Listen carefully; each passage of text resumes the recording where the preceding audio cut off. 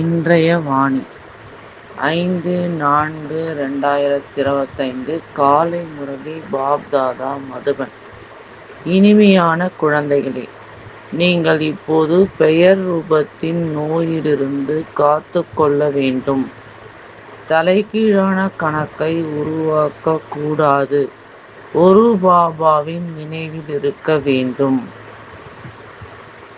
கேள்வி: பாக்கியசாலி குழந்தைகள் எந்த ஒரு முக்கியமான முயற்சியின் மூலம் தங்களுடைய பாக்கியத்தை உருவாக்கி விடுகிறார்கள்?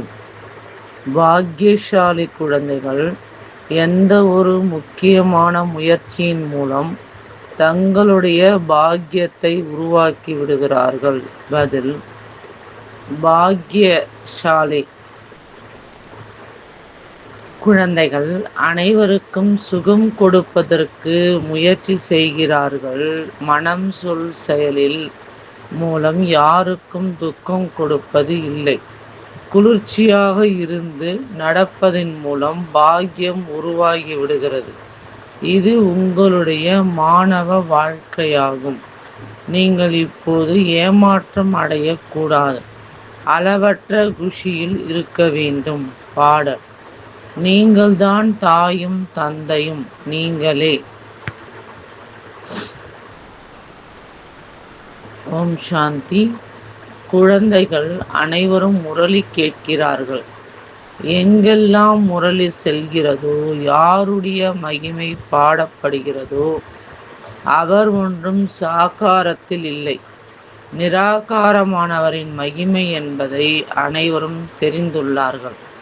நிராகாரமானவர் சாகாரத்தின் மூலம் இப்போது நேரடியாக முரளியை சொல்லிக் கொண்டிருக்கிறார். இப்போது ஆத்மாக்களாகிய நாம் அவரை பார்த்து கொண்டிருக்கிறோம் என்று சொல்லலாம். ஆத்மா மிகவும் சூட்சமமானதாகும். இந்த கண்களின் மூலம் பார்ப்பதற்கு தெரியாது. ஆத்மாக்களாகிய நாம் சூட்சமமானவர்கள் என்பதை பக்தி மார்க்கத்திலும் தெரிந்துள்ளார்கள். ஆனால் ஆத்மா என்பது என்ன என்று முழுமையான ரகசியம் புத்தியில் இல்லை. பரமாத்மாவை நினைவு செய்கிறார்கள். ஆனால் அவர் என்ன பொருளாக இருக்கிறார் என்பதை உலகம் தெரிந்திருக்கவில்லை. நீங்களும் தெரிந்திருக்கவில்லை. இவர் ஒன்றும் லௌகீக டீச்சரோ அல்லது உறவோ இல்லை என்ற நிச்சயம் இப்போது குழந்தைகளாகிய உங்களுக்கு இருக்கிறது. உலகத்தில் எப்படி மற்ற மனிதர்கள் இருக்கிறார்களோ அப்படி இந்த தாதாவும், அதாவது பிரம்ம பாபாவும் இருந்தார். நீங்கள்தான் தாயும் தந்தையும் என்று நீங்கள் மகிமை பாடும் பொழுது மேலே இருக்கிறார், யார்? சிவபாபா மேலே இருக்கிறார் என்று புரிந்திருந்தீர்கள். இப்போது பாபா கூறுகின்றார், நான் இவருக்குள் பிரவேசித்திருக்கின்றேன். நான் தான் இவருக்குள் இருக்கின்றேன். முன்னால் மிகவும் அன்போடு மகிமை பாடினீர்கள், பயமும் கொண்டிருந்தீர்கள். இப்போது அவர் இந்த சரீரத்திற்குள் வந்திருக்கின்றார். யார் நிராகாரமானவராக இருந்தாரோ அவர் இப்போது சாகாரத்தில் பௌதீக உடலில் வந்துவிட்டார். அவர் வந்து குழந்தைகளுக்கு கற்றுக் கொடுக்கின்றார். அவர் என்ன கற்றுக் கொடுக்கின்றார் என்பதை உலகம் தெரிந்திருக்கவில்லை. அவர்கள் கீதையின் பகவான் கிருஷ்ணர் என்று புரிந்துள்ளார்கள். அவர் ராஜயோகம் கற்றுக் கொடுக்கின்றார் என்று சொல்லிவிடுகிறார்கள். நல்லது. பாபா என்ன செய்கிறார்? நீங்கள் தாயும் தந்தையும் என்று பாடினார். நீங்கள் தாயும் தந்தையும் என்று பாடினீர்கள். ஆனால் அவரிடமிருந்து என்ன மற்றும் எப்போது கிடைக்கிறது என்ற எதையும் தெரிந்திருக்கவில்லை. கீதையை கேட்டார்கள் என்றால் கிருஷ்ணரின் மூலம் ராஜயோகம் கற்றோம் என்று புரிந்து கொண்டார்கள். பிறகு அவர் எப்போது வந்து கற்றுக் கொடுப்பார்? அதுவும் கவனத்தில் வந்திருக்கும். இந்த சமயம் அதே மகாபாரத சண்டையாகும். எனவே கண்டிப்பாக கிருஷ்ணருடைய சமயமாக இருக்கும். கண்டிப்பாக அதே வரலாறு புவியில் திரும்பவும் நடக்க வேண்டும். நாளுக்கு நாள் புரிந்து கொள்வார்கள். கண்டிப்பாக கீதையின் பகவான் இருக்க வேண்டும். சரியாக மகாபாரத சண்டை பார்ப்பதற்கு தெரிகிறது. கண்டிப்பாக இந்த உலகத்தின் முடிவு ஏற்படும். பாண்டவர்கள் மலை மீது சென்று விட்டார்கள் என்று காட்டுகிறார்கள். எனவே அவர்களுடைய புத்தியில் விநாசம் முன்னால் நிற்கிறது என்பது வந்திருக்கும். இப்போது கிருஷ்ணர் எங்கே? கீதையின் பகவான் கிருஷ்ணர் அல்ல, சிவன் என்று உங்களின் மூலம் கேட்டதிலிருந்து தேடிக்கொண்டே இருக்கிறார்கள். உங்களுடைய புத்தியில் இந்த விஷயம் உறுதியாக இருக்கிறது. இதை நீங்கள் ஒருபோதும் மறக்க முடியாது. கீதையின் பகவான் கிருஷ்ணர் இல்லை, சிவன் என்ற விஷயத்தை நீங்கள் யாருக்கு வேண்டுமானாலும் புரிய வைக்கலாம். உலகத்தில் குழந்தைகளாகிய உங்களை தவிர வேறு யாரும் சொல்ல மாட்டார்கள். கீதையின் பகவான் ராஜயோகம் கற்றுக் கொடுத்தார் என்றால் இதன் மூலம் நரனிலிருந்து நாராயணனாக மாற்றுகிறார் என்பது நிரூபணமாகிறது. இந்த லட்சுமி நாராயணுடைய ராஜ்யம் சொர்க்கத்தில் இருந்தது அல்லவா? இப்போது அந்த சொர்க்கமும் இல்லை. எனவே நாராயணனும் இல்லை, தேவதைகளும் இல்லை. சித்திரம் இருக்கிறது. அதன் மூலம் இவர்கள் இருந்துவிட்டு சென்றுள்ளார்கள் என்பதை புரிந்து கொள்கிறார்கள். இவர்கள் சென்று எத்தனை ஆண்டுகள் ஆகிறது என்பதை இப்பொழுது நீங்கள் புரிந்து கொள்வீர்கள். உங்களுக்கு உறுதியாக தெரியும், இன்றிலிருந்து 5000 ஆண்டுகளுக்கு முன்னால் இவர்களுடைய ராஜ்யம் இருந்தது. இப்போது கடைசியாகும். சண்டையும் முன்னால் நிற்கிறது. பாபா நமக்கு படிப்பித்துக் கொண்டிருக்கிறார் என்பதை தெரிந்துள்ளீர்கள். அனைத்து சென்டர்களிலும் படிக்கிறார்கள் மற்றும் படிப்பிக்கிறார்கள். படிப்பிப்பதற்கான யுக்தி மிகவும் நன்றாக இருக்கிறது. சித்திரங்களின் மூலம் நல்ல புரிதல் கிடைக்க முடியும். முக்கியமான விஷயம், கீதையின் பகவான் சிவனா அல்லது கிருஷ்ணரா? நிறைய வித்தியாசம் இருக்கிறது அல்லவா? சத்கதியை வழங்கும் வள்ளல், சொர்க்கத்தை ஸ்தாபனை செய்யக்கூடியவர் அல்லது ஆதி சனாதன தேவி தேவதா தர்மத்தை மீண்டும் ஸ்தாபனை செய்யக்கூடியவர் சிவனா அல்லது கிருஷ்ணரா? 3 விஷயங்களின் முடிவே முக்கியமானதாகும். இதில் தான் பாபா அதிக அழுத்தம் கொடுக்கின்றார். இது மிகவும் நன்றாக இருக்கிறது என்று தங்களுடைய கருத்தை எழுதி கொடுக்கிறார்கள். ஆனால் இதன் மூலம் எந்த பலனும் இல்லை.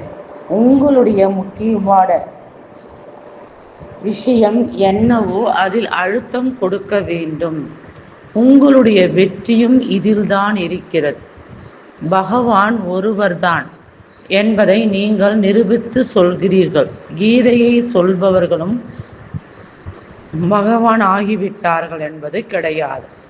பகவான் இந்த ராஜயோகம் மற்றும் ஞானத்தின் மூலம் தேவி தேவதா தர்மத்தை ஸ்தாபனை செய்தார். பாபா புரிய வைக்கின்றார். குழந்தைகளோடு மாயையின் சண்டை நடந்து கொண்டே இருக்கிறது. இப்போது வரை கர்மாதித் நிலையை யாரும் அடையவில்லை. முயற்சி செய்து கடைசியில் நீங்கள் ஒரு பாபாவின் நினைவில் எப்போதும் மகிழ்ச்சியோடு இருப்பீர்கள். எந்த வாடி போகும், அதாவது தளர்வடையும் நிலையும் வராது. இப்போது தலையில் பாவங்களின் சுமை அதிகமாக இருக்கிறது. அது நினைவின் மூலம்தான் இறங்கும். பாபா முயற்சியின் யுக்திகளை கூறியுள்ளார். நினைவின் மூலம்தான் பாவம் அழிகிறது. நிறைய முட்டாள்கள் இருக்கிறார்கள். அவர்கள் பாபா நினைவில் இல்லாத காரணத்தினால் பெயர் ரூபம் போன்றவற்றில் மாட்டிக்கொள்கிறார்கள். முகமலர்ச்சியோடு யாருக்கும் புரிய வைக்க வேண்டும். அது கூட கடினமாகும். இன்று யாருக்கோ புரிய வைத்தார்கள், நாளை ஏமாற்றம் வருவதன் மூலம் குஷி காணாமல் போய்விடுகிறது. மாயையின் சண்டை நடக்கிறது என்று புரிந்து கொள்ள வேண்டும். ஆகையினால் முயற்சி செய்து பாபாவை நினைவு செய்ய வேண்டும். மற்றபடி அழுவது, அடித்து கொள்வது அல்லது அமைதியற்று போகக்கூடாது. மாயை செருப்பால் அடிக்கிறது. ஆகையினால் முயற்சி செய்து பாபாவை நினைவு செய்ய வேண்டும் என்று புரிந்து கொள்ள வேண்டும். பாபாவின் நினைவின் மூலம் மிகுந்த குஷி இருக்கும். வாயிலிருந்து உடனே வார்த்தை வரும். தூய்மையற்றவளை தூய்மையாக்கும் பாபா கூறுகின்றார், என்னை நினைவு செய்யுங்கள். படைப்பவராகிய தந்தையின் அறிமுகம் உள்ள மனிதர் ஒருவர் கூட இல்லை. மனிதர்களாக இருந்து கொண்டு தந்தையை தெரிந்து கொள்ளாமல் இருந்தால் விலங்குகளை விட மோசமானதாகி விடுகிறது அல்லவா? கீதையில் கிருஷ்ணருடைய பெயரை போட்டு விட்டார்கள் என்றால் பாபாவை எப்படி நினைவு செய்வது? இந்த பெரிய தவறைத்தான் நீங்கள் புரிய வைக்க வேண்டும். கீதையின் பகவான் சிவபாபா அவர்தான் ஆஸ்தியை கொடுக்கின்றார். முக்தி, ஜீவன் முக்தியின் வள்ளல் அவரே ஆவார். மற்ற தர்மத்தை சேர்ந்தவர்களின் புத்தியில் நிற்பதே இல்லை. அவர்கள் கணக்கு வழக்குகளை முடித்துவிட்டு சென்று விடுவார்கள். கடைசியில் கொஞ்சம் அறிமுகம் கிடைக்கும். இருந்தாலும்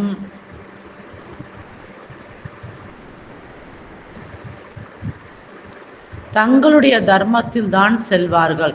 உங்களுக்கு பாபா புரிய வைக்கிறார், நீங்கள் தேவதைகளாக இருந்தீர்கள், இப்போது பாபாவை நினைவு செய்வதன் மூலம்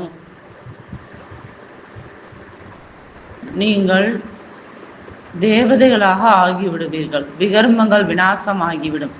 இருந்தாலும் தலைகீழான எதிர்மாறான தொழிலை செய்து விடுகிறீர்கள். இன்றைக்கு என்னுடைய நிலை வாடி போனதாகிவிட்டது. பாபாவை நினைவு செய்யவில்லை என்று பாபாவிற்கு கடிதம் எழுதுகிறார்கள்.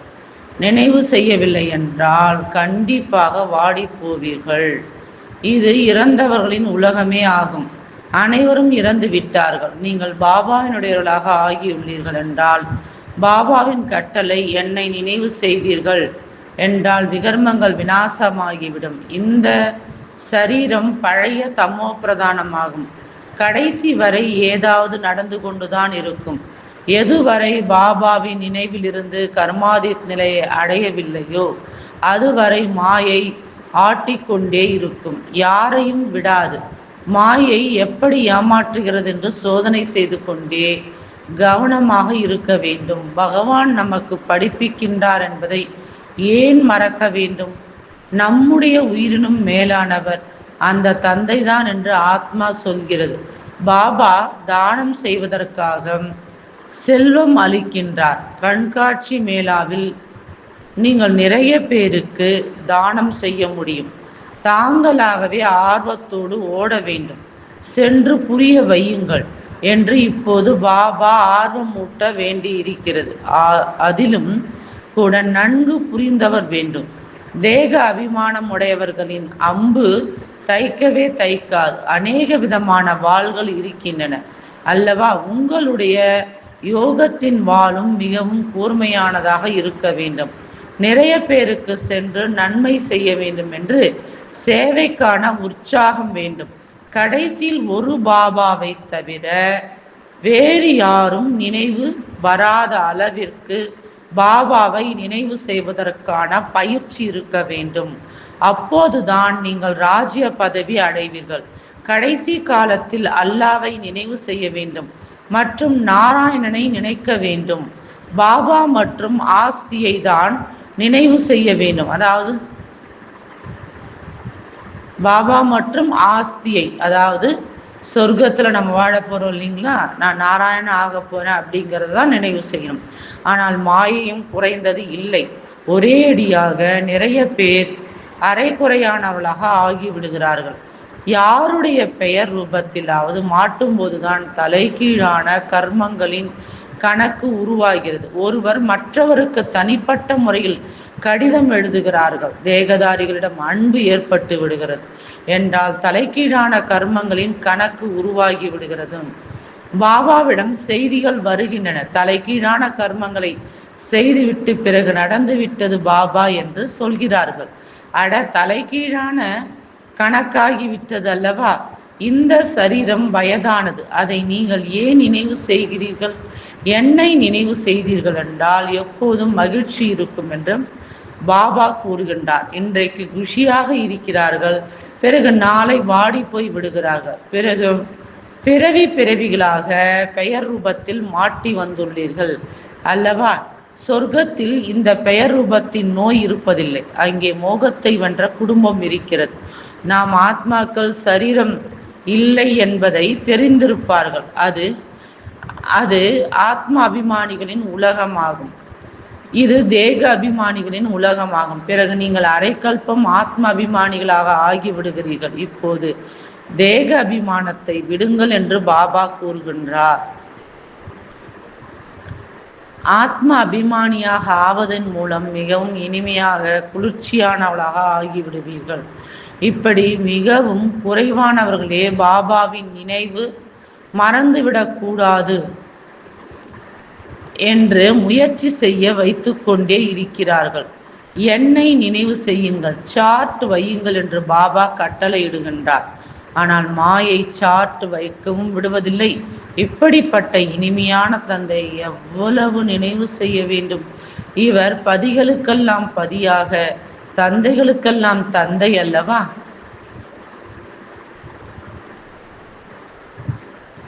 பாபாவை நினைவு செய்து பிறகு மற்றவர்களுக்கும் கூட தங்களுக்கு சமமாக மாற்ற முயற்சி செய்ய வேண்டும். இதில் மிக நல்ல ஆர்வம் வைக்க வேண்டும். சேவாதாரி குழந்தைகளை பாபா வேலையிலிருந்து விடுவித்து விடுகிறார். சூழ்நிலையை பார்த்து இப்போது இந்த தொழில் ஈடுபட்டு விடு என்று சொல்வார். குறிக்கோள் முன்னால் நிற்கிறது. பக்தி மார்க்கத்தில் கூட சித்திரங்களுக்கு முன்னால் நினைவில் அமருகிறார்கள் அல்லவா? நீங்கள் ஆத்மா என்று மட்டும் புரிந்து பரமாத்மா தந்தையை நினைவு செய்ய வேண்டும். விசித்திரமானவர்களாகி விசித்திரமான தந்தையை நினைவு செய்ய வேண்டும். இதுதான் உழைப்பாகும். உலகத்திற்கு எஜமானர்களாவது ஒன்றும் சுலபமான காரியம் அல்ல. நான் உலகத்திற்கு எஜமானனாக ஆவதில்லை, உங்களை ஆக்குகின்றேன் என்று பாபா கூறுகின்றார். எவ்வளவு மண்டையை உடைத்து கொள்ள வேண்டியிருக்கிறது. நல்ல குழந்தைகளுக்கு தானாகவே இந்த கவலை இருக்கும். விடுமுறை எடுத்துக்கொண்டு கூட சேவையில் ஈடுபட வேண்டும். நிறைய குழந்தைகளுக்கு பந்தனம் கூட இருக்கிறது, மோகமும் இருக்கிறது. உங்களுடைய அனைத்து வியாதிகளும் வெளியில் வரும் என்று பாபா கூறுகின்றார். நீங்கள் பாபாவை நினைவு செய்து கொண்டே இருங்கள். மாயை உங்களை விலக்குவதற்கு முயற்சி செய்கிறது. நினைவுதான் முக்கியமானதாகும். படைப்பு மற்றும் படைப்பினுடைய முதலிடை கடைசி ஞானம் கிடைத்திருக்கிறது. வேறு என்ன வேண்டும்? பாக்கியசாலி குழந்தைகள் அனைவருக்கும் சுகம் கொடுப்பதற்கு முயற்சி செய்கிறார்கள். மனம், சொல், செயலின் மூலம் யாருக்கும் துக்கம் கொடுப்பது இல்லை. குளிர்ந்தவர்களாகி நடக்கிறார்கள் என்றால் பாக்கியம் உருவாகி கொண்டே செல்கிறது. ஒருவேளை யாராவது புரிந்து கொள்ளவில்லை என்றால் இவருடைய பாக்கியத்தில் இல்லை என்று புரிந்து கொள்ளப்படுகிறது. யாருடைய பாக்கியத்தில் இருக்கிறதோ அவர்கள் நல்ல விதத்தில் கேட்கிறார்கள், என்னென்ன செய்கிறார்கள் என்று அனுபவமும் சொல்கிறார்கள் அல்லவா? என்னவெல்லாம் செய்தோமோ அதன் மூலம் துர்கதியைத்தான் அடைந்தோம் என்று இப்போது தெரிகிறது.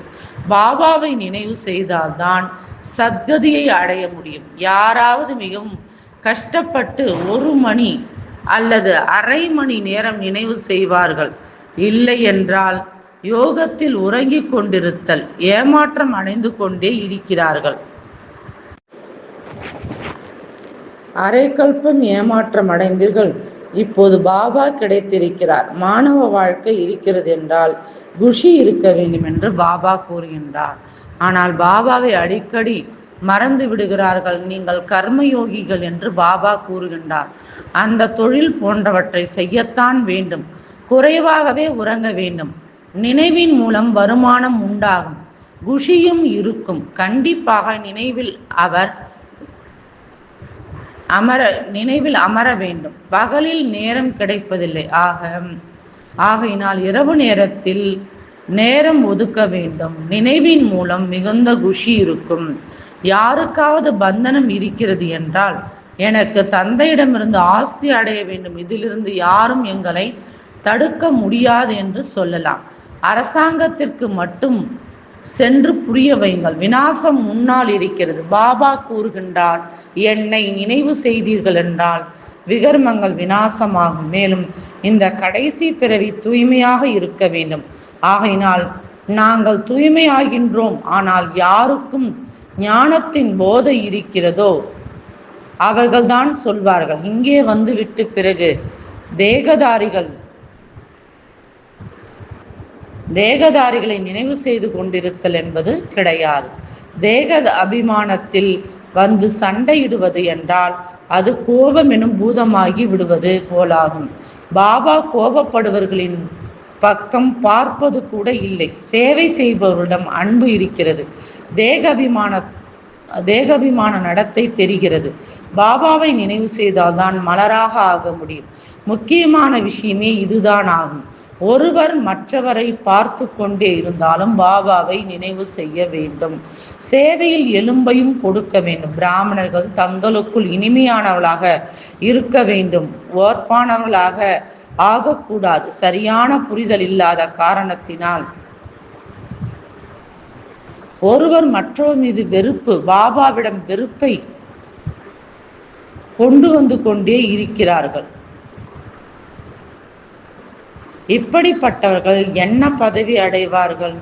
உங்களுக்கு காட்சி ஏற்படும். பிறகு அந்த சமயத்தில் நாம் தவறு செய்துவிட்டோம் என்ற நினைவு வரும். அதிர்ஷ்டத்தில் இல்லை என்றால் என்ன செய்ய முடியும் என்று பாபா சொல்லிவிடுகின்றார். நல்லது. இனிமேலும் இனிமையான காணாமல் போய் கண்டெடுக்கப்பட்ட செல்ல குழந்தைகளுக்கு தாயும் தந்தையுமான பாப்தாதாவின் அன்பு நினைவுகளும் மற்றும் காலை வணக்கம். ஆன்மீக குழந்தைகளுக்கு ஆன்மீக தந்தை நமஸ்காரம். ஆன்மீக தந்தைக்கு ஆன்மீக குழந்தைகளின் அன்பு நினைவுகள் நமஸ்காரம். தாரணைக்கான முக்கிய சாரம். ஃபர்ஸ்ட் பாயிண்ட், பந்தனமற்றவளாக ஆவதற்கு ஞானத்தின் போதை இருக்க வேண்டும். தேக அபிமான நடத்தை இருக்கக்கூடாது. தங்களுக்குள் ஓர்ப்பானவர்களாக இருக்கும் சம்ஸ்காரம் இருக்கக்கூடாது. தேகதாரியிடம் அன்பு இருந்தது என்றால் பந்தனத்திலிருந்து விடுபட்டவளாக ஆக முடியாது. இரண்டாவது பாயிண்ட், கர்ம யோகியாக இருக்க வேண்டும். கண்டிப்பாக நினைவில் அமர வேண்டும். ஆத்ம அபிமானிகளாக ஆகி மிக இனிமையாகவும் குளிர்ச்சியானவளாகவும் ஆவதற்கு முயற்சி செய்ய வேண்டும். சேவையில் எலும்பையும் களைப்பற்ற உழைப்பை கொடுக்க வேண்டும். வரதானம், ஸ்ரீமத்தில் மனதின் வழி மற்றும் மக்களுடைய வழியின் கலப்படத்தை முடிவடைய செய்யக்கூடிய உண்மையான சுய கல்யாணி, அதாவது சுயத்திற்கு நன்மை செய்பவர் ஆகுக. ஸ்ரீமத்தில் மனதின் வழி மற்றும் மக்களுடைய வழியின் கலப்படத்தை முடிவடைய செய்யக்கூடிய உண்மையான சுய கல்யாணி, சுயத்திற்கு நன்மை செய்பவர் ஆகுக.